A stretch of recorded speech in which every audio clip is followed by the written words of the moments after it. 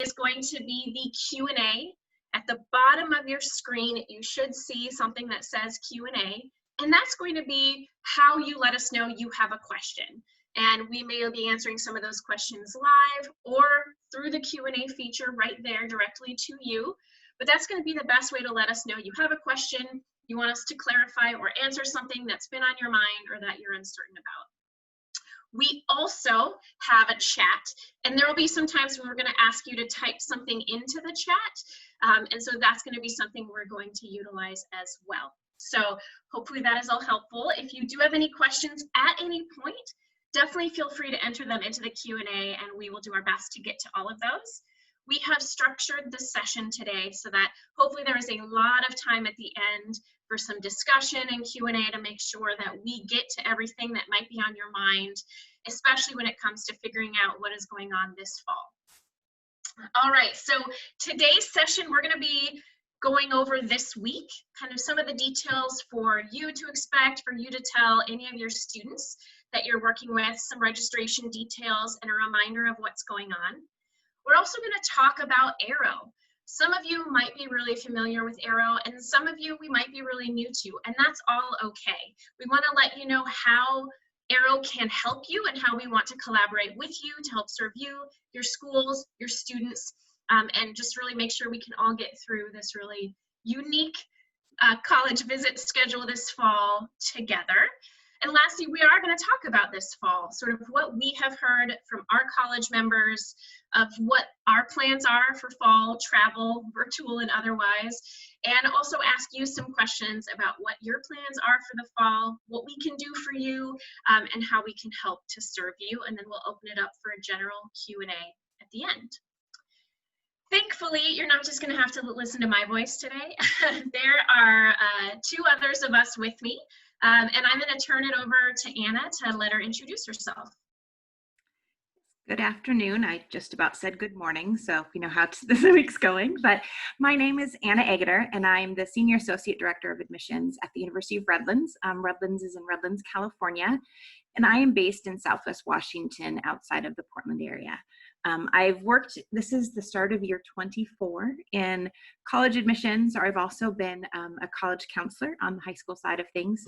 And most of it has been in the Pacific Northwest region in a variety of capacities. So it's exciting to be here today with all of you. Awesome. Good afternoon. My name is Jared Lars. If you could not tell, I work at Oregon State University. I am the Seattle Regional Admissions Advisor working with students from the whole state of Washington. I am entering my 8th year in admissions, which is a little crazy to think about, my 7th year with OSU. And I will be covering some information about virtual visits a little later on in the presentation. Awesome. And as I mentioned at the beginning, my name is Ruth Schabel.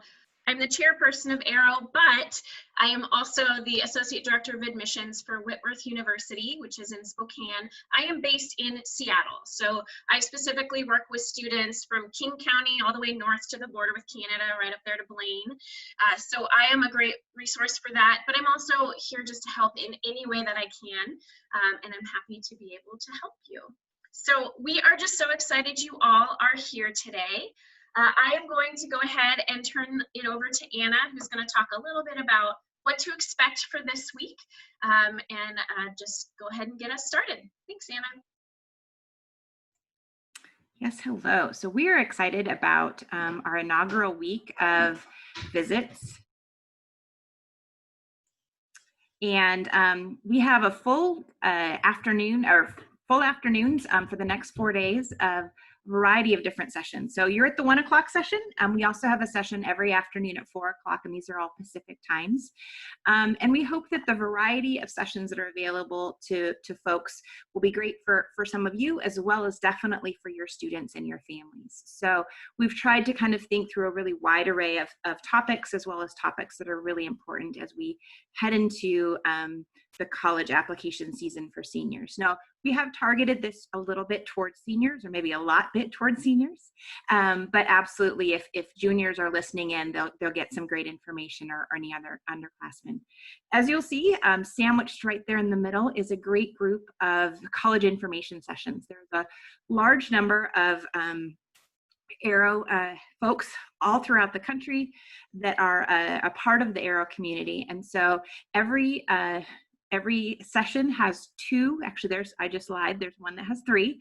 You'll be in suspense here for a second, but each day we have 4 different time slots with 2 colleges in each session. And so we hopefully mix them up fairly well so that your students or yourself can really pick and choose which sessions might work for you. But as you look at Monday, you can just see the wide variety of colleges that are represented, big, small, public, private, which we're really excited about.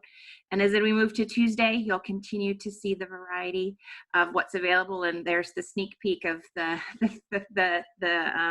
trifecta at 3 o'clock tomorrow. Each of these sessions is just a half an hour. So we realize they're a quick snippet, but hopefully a great way first for folks to learn a little bit more about who we all are.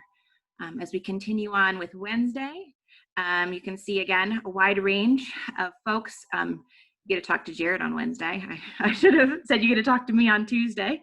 And again, you can see the wide variety. And next slide, we round things out on Thursday with, again, another wide variety of group of folks. And I apologize, my phone is going off right now. The other thing to mention as you are looking at the variety of colleges to attend, or the sessions to attend, is that this is not the full representation of Arrow members. So on our website, which I think Jarrett will talk about in a little bit, you'll be able to see the full range of college representatives that are a part of the Arrow organization. In terms of today and in terms of this week, you all registered on the Arrow website, and that's a great tool for this week as well as throughout the year. But know that registration closes each day the night before, so that we can make sure to get out the reminders and the links each morning to our students. And I want to give a shout out to Larissa and to Ryan. Larissa works at Miami University and Ryan is at Cal Poly San Luis Obispo. They've done a great job in terms of these daily reminders and kind of our nuts and bolts each day, which is exciting. Also know that at the end of the week, we will have a wrap-up email that will go out, and registrants can request any information from any of the colleges that are participating this week. So know that that's another opportunity to kind of add yourself onto a page for your families or yourself if you would like to make sure that you are in front of us so that we know who you are. All right, thank you, Anna, for that great information. So I'm just going to jump into Arrow a little bit and talk about what we are. And there's actually a question already in the Q&A, which is perfectly timed, because the question in here is University of Washington part of the Arrow community? So what Arrow is the Association for Regional Representatives of Oregon and Washington. To be a member of Arrow, you have to be an admissions counselor not based on your campus. You have to be based out of a home office or regionally based office, not on your home campus, and have Oregon and or Washington or a part of those as your territory in order to be in Arrow. So you have places like Whitworth, where I am not based in Spokane, I am based in Seattle. You have schools like Central Washington, which even though it's in Ellensburg, not too far away, they have people based all over Washington to make sure that they can get to as many people as possible. University of Washington does not have any regionally based admission counselors in the Northwest because they are in Seattle. That means they are not a member of Arrow. However, we still have people who plan events with us and invite other schools on their own to events as well. So we are happy to collaborate with any and all schools, any institutions in the area, and we just want to make sure that we are able to serve everybody. So like I mentioned, we are a group of a bunch of people who are not based on our campus. And so we all function sort of as each other's colleagues. During a typical fall, I will see my other members of Arrow much more than I will see definitely the members of my own office at Whitworth, probably even more than my husband sometimes. So I think that's part of what we offer, is we offer sort of a support network for each other. But we also offer a lot to you all and to the students that you serve as well. So there's quite a bit that we can do for you. And really, Our goal is to support each other, but really the overarching aspect of what we do is to support you and help you and your students. So there's a lot of different ways that we can do this. One of the big ways that you'll see is through mini college fairs, both virtual and in person when that becomes an option again.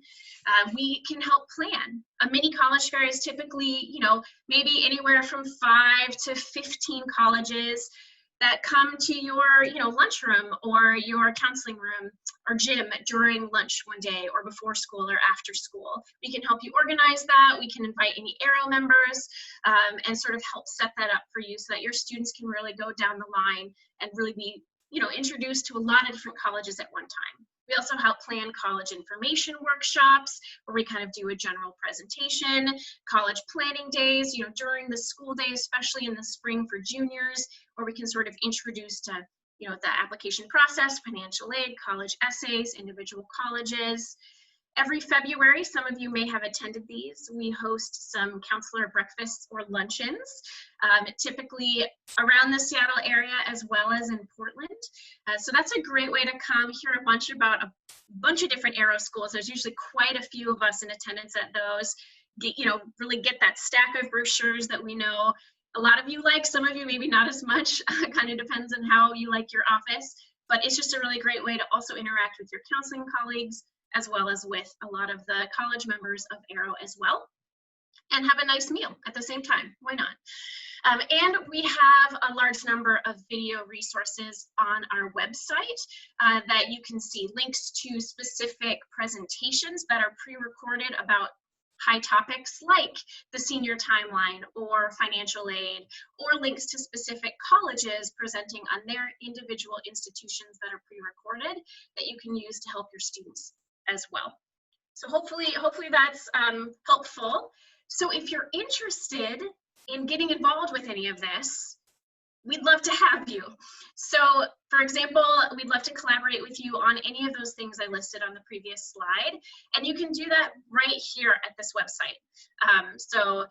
You can actually go online, and I'm gonna actually show you this in a second so that you can sort of see where to go on our website and how to request our assistance. Right now, we'll help you plan any virtual events, like for example, a mini college fair, which we can do virtually, or sessions, but we also have a lot of people who we can tap into for you, who can just virtually zoom in to your senior class one Wednesday morning in October and present on financial aid or college essays or anything like that. And we also would love to connect with any independent counselors, independent educational consultants in the group in any way that you can imagine. We're really here to serve everybody who is serving students. Our website also has member directory contacts. That can be an easy one-stop way to find your representative for your institution in our area. And you can also find those videos I talked about. Those counselor luncheons and breakfasts are places you can get lots of information at one time. So there's a lot of really kind of great resources. So just really quickly, I wanted to show you our website so that you know where to go. So this is the Admissions Arrow website, and you can see right here, right off the bat, high school counselor resources.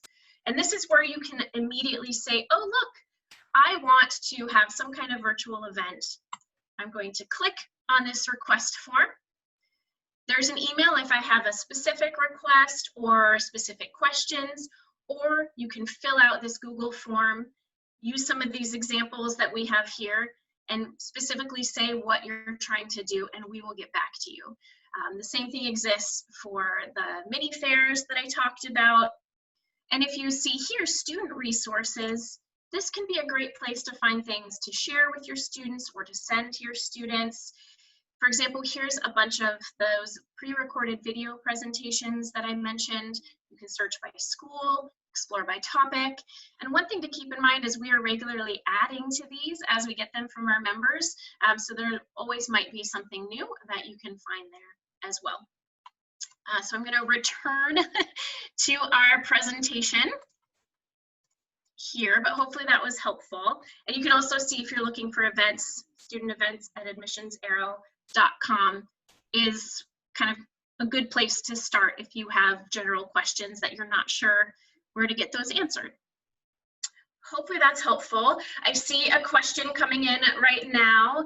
If we want to schedule more than one event, should we fill out a separate form for each event or one form for multiple events? That's a great question. Jared, do you have input on that specific question? That is a great question.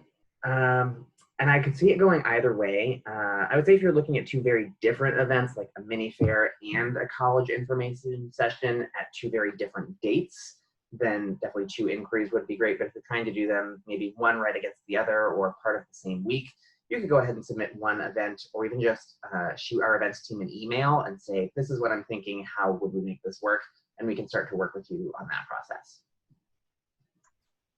Awesome, thanks, Jared.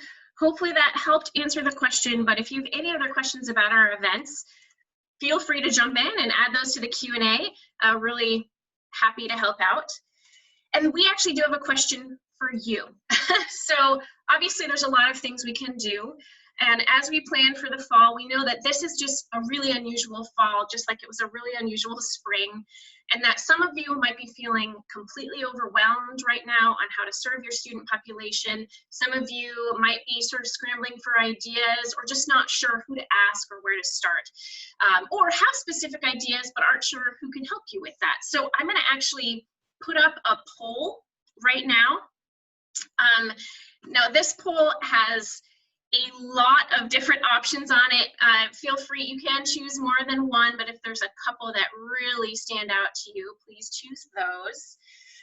And this, I know it has a lot of options, so I will give you a second to read through them all as you choose them. If you can't see the poll, please let me know in the chat that you can't see it. Okay, good, I see some people answering.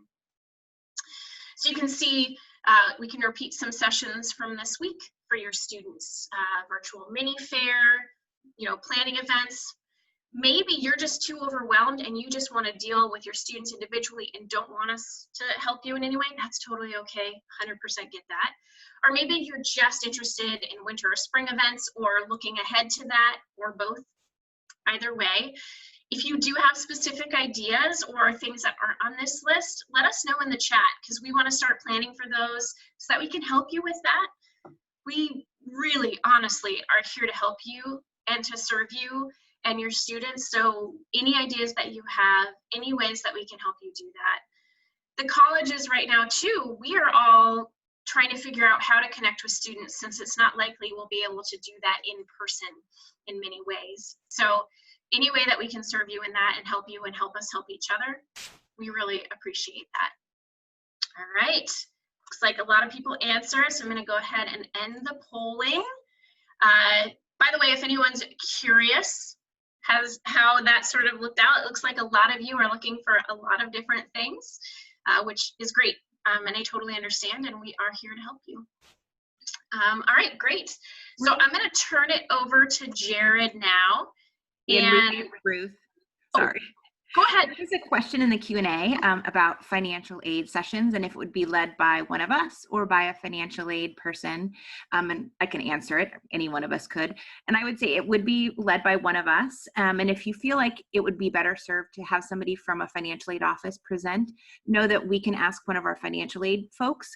Or while this is an Arrow week, this is a higher ed week as well. There are some great financial aid folks that are at the local colleges where you might be community colleges or other areas. And so know that that is an option as well. So not to say that we can't do it, but we're happy to do so. But don't forget about your local colleges as well, here to help. And I will just jump in and say, I know a couple of you, I've done financial aid presentations for your institutions in the past. I do that a lot. Even though I'm not in the financial aid office, I have a lot of really great information on intro financial aid. So a lot of it really depends on what you're looking for. If you're looking for, a general overview or intro session, one of us would be really great to do that. Because we love to work with the students. But if you're looking for the really nitty-gritty sort of detail information later on in the season, perhaps, then financial aid offices, might be better served for that, depending on the college that you're partnering with. and we can help you figure that out, and we're happy to work with you on that. I also, by the way, saw a question come in before I turn it over to Jared about some students are really curious about test optional and how it works. If anyone is willing to present on the specifics of how that works, I know that we would love to work with you on that. So I know that a lot of our institutions are already test optional or just recently went test optional with everything that's going on. And so that's something you could absolutely submit that form or send an email to student events at admissionsarrow.com, and we could put that together for you, find some presenters who would love to do that for you. So that definitely would not be difficult to do. All right, I'm going to turn it over to Jared. Awesome, great. So before I get too in depth, I just want to add a little bit on what Ruth just said about those additional topics. If there is anything that you would love, like a test optional essay or a workshop, excuse me, feel free to provide that to us in the chat. We're going to download and save this at the end of this presentation, so we'll be able to keep track of those and add that to our offerings in the future. But we'll go ahead and move forward with virtual visits. I'll preface this by saying this is still a lot of information we're figuring out. There is a lot we don't know about virtual visits, but I'll start off with what we do know, or what we've been hearing specifically from the college reps who are part of Arrow.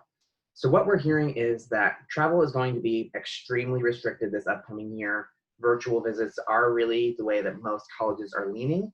These are for a variety of reasons, but the biggest two, in case you could not guess, are the health and safety of you and your students, as well as us. And then a lot of colleges are in a budget crisis, whether it's there's just no money for travel. Those cuts have had to be absorbed other ways. Money's being reallocated between departments. So there's a few reasons there. But the main point is that travel is going to be extremely restricted. For those of you who are already leaning into virtual visits and trying to find a good time to schedule those, the best time, we know class is still a priority, and it's going to be even harder to get students out of class for college visits now. So lunch and after school are definitely very popular times. After school, those evening or early afternoon presentations are great for students in other time zones as well. If you happen to have students who may be participating remotely from the East Coast, depending on what your student population looks like. If you have some sort of advisory or tutorial period throughout the day, that's another really great time because, again, it keeps us from pulling students out of class. So just keep that in mind. We are hearing that this is a chance to do things differently as well. I think a lot of colleges will tell you that the recruitment process was getting sort of stagnant. It was high school visits, college fairs, just the same thing over and over again. So this is really our chance to rethink how we're engaging with students, how we're delivering that information during the visit. We're really going to be leveraging technology in this new virtual world. Lots of colleges are offering different types of programs as well, where we're really drawing students to our evening presentations, our information sessions. The national college fairs are changing their format too. So change is good. I personally hate change, but I am doing my best to go with the flow on this. So just know that this is a chance to really rethink things and take advantage of that opportunity. Some tips from us to really help you streamline this virtual visit process. We can finally be in two places at once. I put that way because I personally, having the whole state of Washington, have had to make a lot of very difficult calls on which events I can attend or want to attend based off where I'll be earlier that day. So really, the fact that we can do two visits at the same time and not have any travel time in between is really awesome. So consider partnering up with another school in your district or your area. We are hearing that this is something that a few schools are looking towards. I'd like to use Shorewood and Shorecrest High School just north of Seattle as an example. I already checked with Marianne. She said it was okay to use this, so thank you again, Marianne. But they are partnering up. Same school in the same district. You're going to have a similar bell schedule. Makes it really easy to work around that. They are just partnering up. Marianne will take the lead on scheduling, and then any visit links will be shared in a Google Drive between the two schools. So pretty easy process. But again, that really helps free up a lot of your time, our time, for those college reps who maybe live in California or Colorado and they're only able to be up here for a limited amount of time as well. This new virtual environment lets them have a lot more freedom and flexibility. So if you're able to partner up with another school, definitely consider it. And if you have questions, feel free to reach out to us. We're happy to kind of walk you through that process. Another great tip is use an online sign up if you are not already. Especially right now, it's very helpful for colleges to see all of your exactly offered times, allow us to schedule, reschedule, cancel without a lot of email back and forth. Especially with this travel time, we've got a lot more options. So being able to see those clearly laid out in advance is incredibly helpful. And again, it takes a lot of work off of you. We're not emailing you, we're not calling you. You, in most cases, do still have the authority to approve or reject visits too. So if that time won't work, or that school just isn't right for your student population, you do still have control over that. There are a lot of great free services out there. I know a lot of schools are using rep visits through Naviance, which is a great tool, and we absolutely love that. But if that doesn't quite work for you, there are services like Calendly, You Can Book Me, Sign Up Genius is also a great free alternative. Lots of options out there, and many of them have Zoom integration and media platform integration, so you can include those visit links directly in the sign up. There are also in-person and virtual options on a lot of those. So if your school is open to hosting in-person and virtual visits, you can have that option as well. If you've already published your availability somewhere like Rep Visits, it may say in person, so we encourage you to go back and double check that and just make sure that your virtual offerings are virtual if that's the way you're going. There is a question about, or there was a question about putting those web links in the chat. I will definitely include those towards the end of this slide as we wrap up. And then publish scheduling information directly to the website. Another really helpful tip, especially if you have very specific times, if there are website restrictions. I know some schools aren't able to use platforms like Zoom. If you make that very clear on your school website, will definitely be very helpful for us as well, reduce a lot of questions and confusion. And then our last tip is just expect that things won't always go as planned. If you think back to the traditional travel season, college reps often would show up late because of traffic. They'd write down the wrong times. Things do come up. So just know that we have a new set of issues that we're going to have to tackle with this. Media problems, microphones not working, whatever that may be. So just be patient and be flexible with that. Know that we're all learning this as we go too. So we're doing our best to kind of guide you through that process. All right, and we'll jump into one more poll real quick. We know we sent out a poll in late June, so thank you for those of you who already filled that out. But we want to know what your visits are going to look like. A lot of schools are still very unsure in that early summertime. We're hoping that this close to fall, we have a little bit more concrete information to go with. But we want to know if your visits are going to be in-person, virtual, a hybrid. And I think, Ruth, can you launch that poll?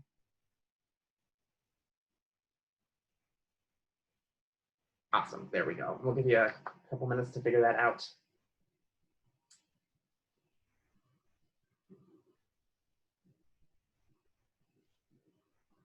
And we do want to stress that if you're not sure what visits are going to look like at your school yet, that's totally fine. We don't mean to pressure you, so feel free to select that not sure yet. If there are any details about visits at your school that you want to provide to the group at this point, feel free to pop those in the chat. And again, we'll be saving that at the end of this presentation to share with all the Arrow College members.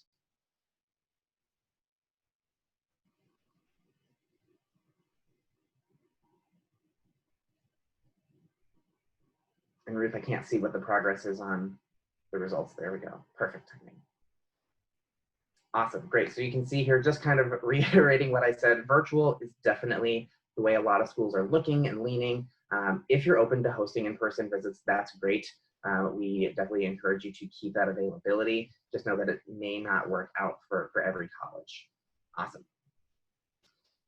And at this point, I will turn it back over to Ruth for, our Q&A. So yeah, I'll turn it back over to Ruth to kind of get us started on that Q&A portion. Awesome. Yeah, so that was, just kind of our general interview. Like I said, we just wanted to leave a lot of time to answer any questions that you all had.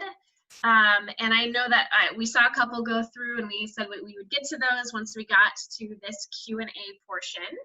But if you do have any other questions that you're just generally wondering, how is your school handling this? Or what have you heard? Or generally, what do you think about this overall? Anything that's on your mind, whether it's about admissions practices, whether it is about visits or events or whatever might be on your mind, just feel free to go ahead and pop that in the Q&A, and we will go ahead and start answering those. I know that right now we had one big question that was a lot of families will definitely be asking about the COVID essay and other nuances of this particular year. Any insight from your college perspective would definitely be helpful. I think this would be great for maybe each of us to sort of answer if our institutions have specific input on this.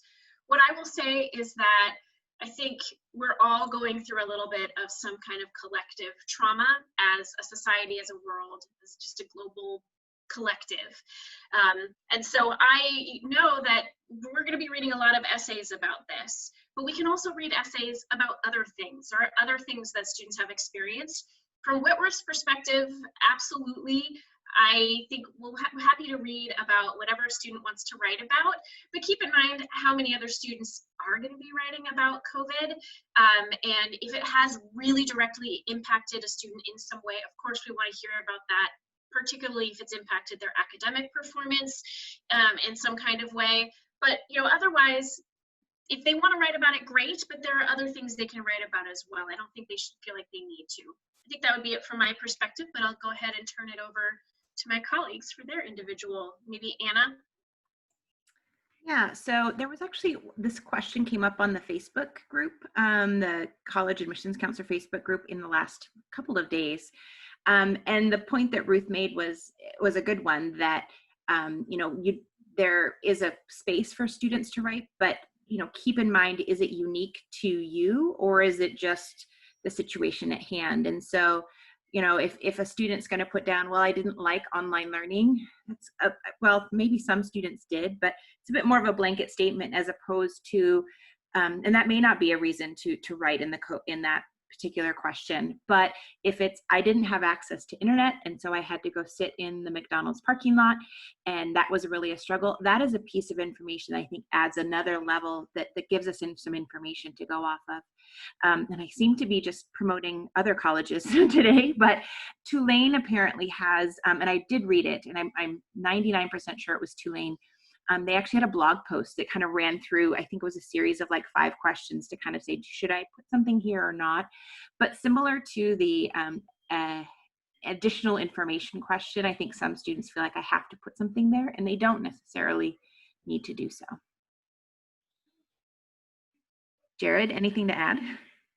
I don't really have anything to add. I would just echo that if a student really wants to address kind of the COVID situation in their essay, it should really be something that personally and significantly impacted them. And we're really going to be looking for growth and development and what came out of that, as opposed to just saying my senior year was hard because of COVID, because that doesn't really give us anything to work with. So I would say if a student is considering that, encourage them to think about how it really impacted them and kind of what they learned from this time. And if there's enough there that they feel comfortable with that essay, then by all means, go ahead and submit that. We aren't going to tell a student that the pandemic was not impactful in their life, because it definitely was. We just really want them to think about that. Thanks, Jared.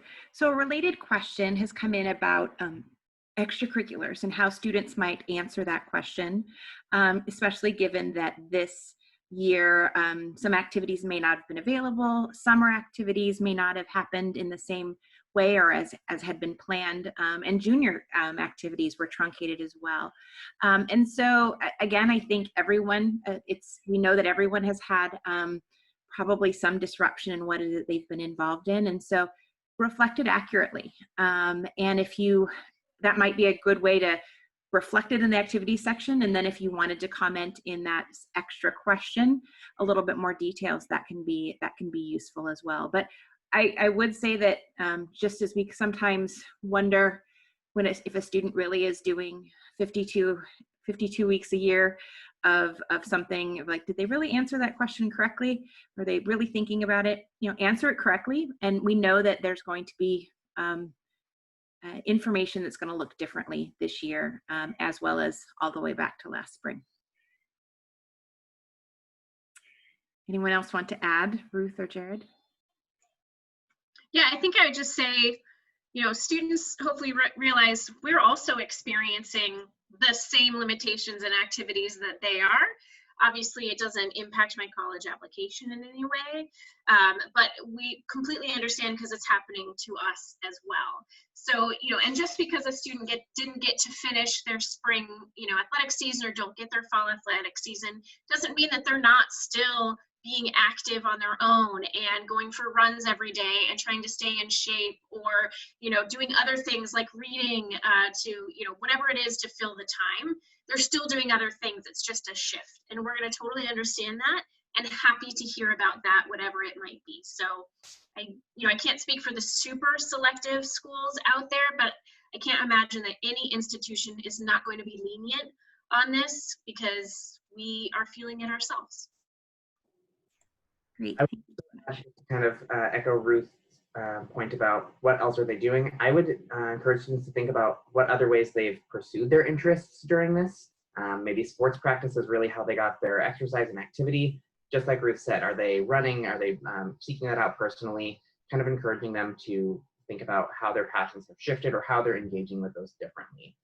We know that traditional extracurricular activities may be suspended, but it doesn't mean that that thought and that process really has to end at the same time. Great, thank you. There was a question earlier in the session asking about parents' roles and specifically that many of these sessions, the after school ones, but quite honestly, the during the day ones as well, parents might be home, and are they welcome to attend virtual information sessions, virtual visits? I guess I might say as a high school counselor, if you're a school-based counselor, I might think through that a little bit if you would like to set some guidelines.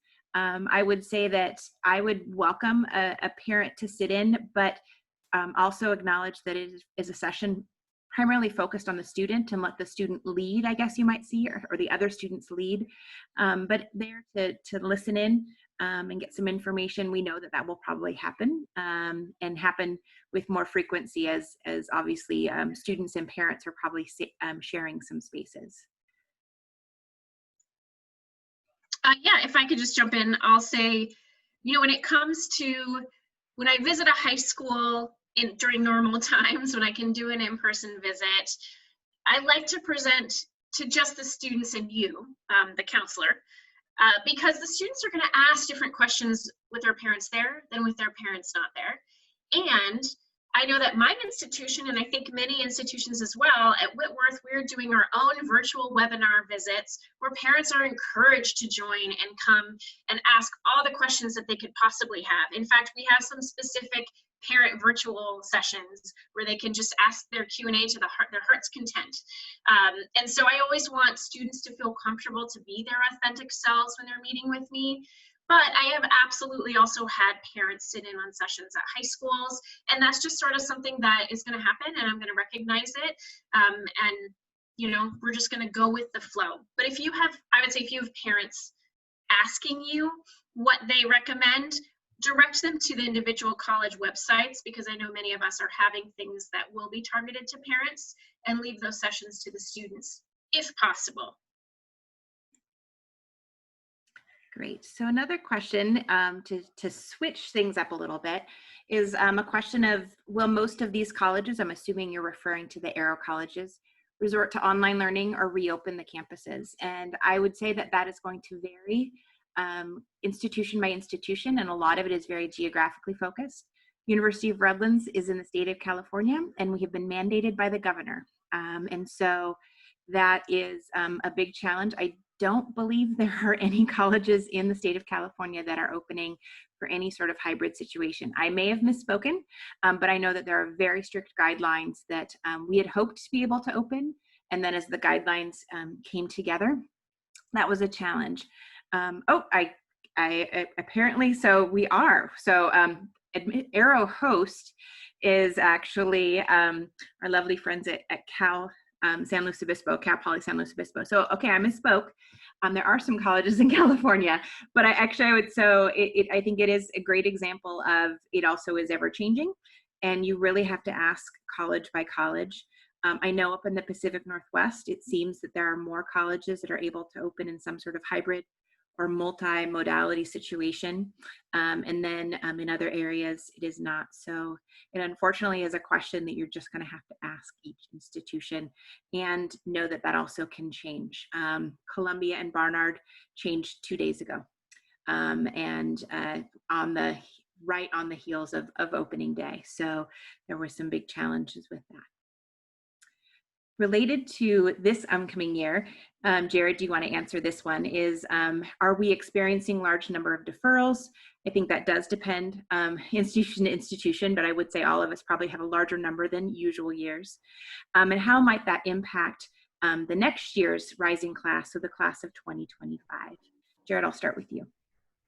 Yeah, I'm happy to address that as much as I can, because again, the theme here is it really will vary from school to school. But specific to Oregon State, we are seeing a lot more deferrals than we normally do, and we don't normally see that many to begin with. So just keep that in context. But really, in terms of how that's affecting the incoming class, we are doing our best to really relieve that pressure off them. So for students from fall 2020 who are deferring, we're holding their scholarships as much as we can. There are some awards that just aren't transferable, but we're holding those scholarships so that the incoming class is not competing for those same direct awards.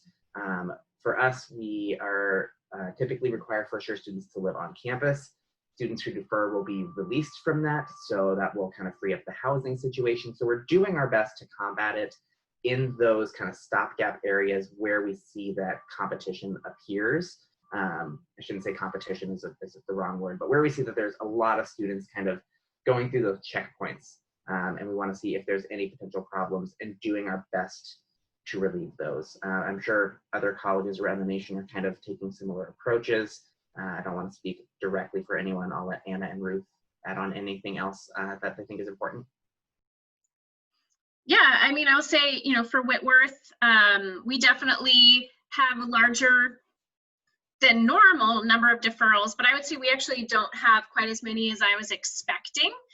We usually just have a really small number, and we probably have 3 times that really small number, but we are actually doing a hybrid model this fall. We're doing something called Whitworth Flex, where students can be in person, but also have the flexibility to not be in person and take all their classes online if they are immunocompromised or just not comfortable with being on a college campus right now.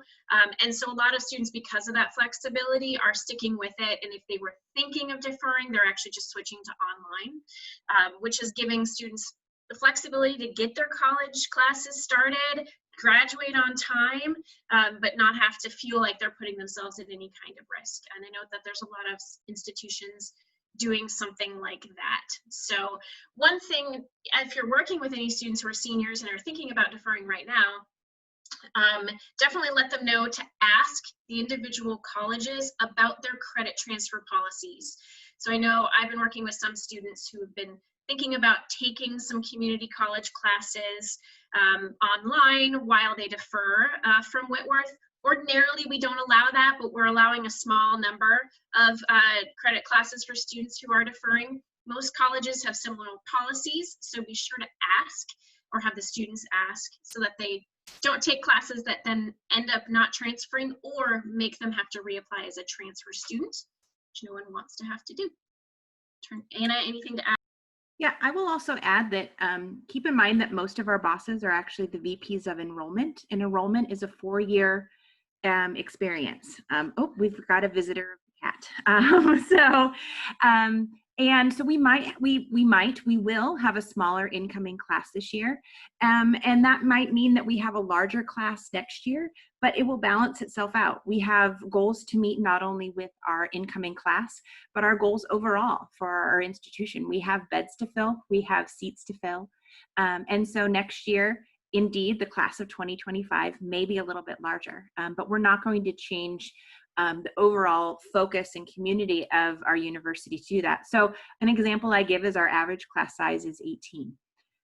That means our average class size for the class of 2025 might be 19, might be 20. It's not going to be 18 to 38.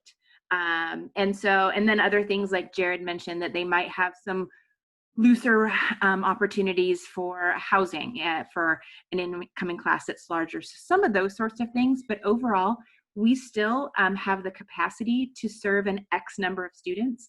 And so actually a smaller incoming class means it's probably going to be followed by a larger one, and it will kind of even itself out.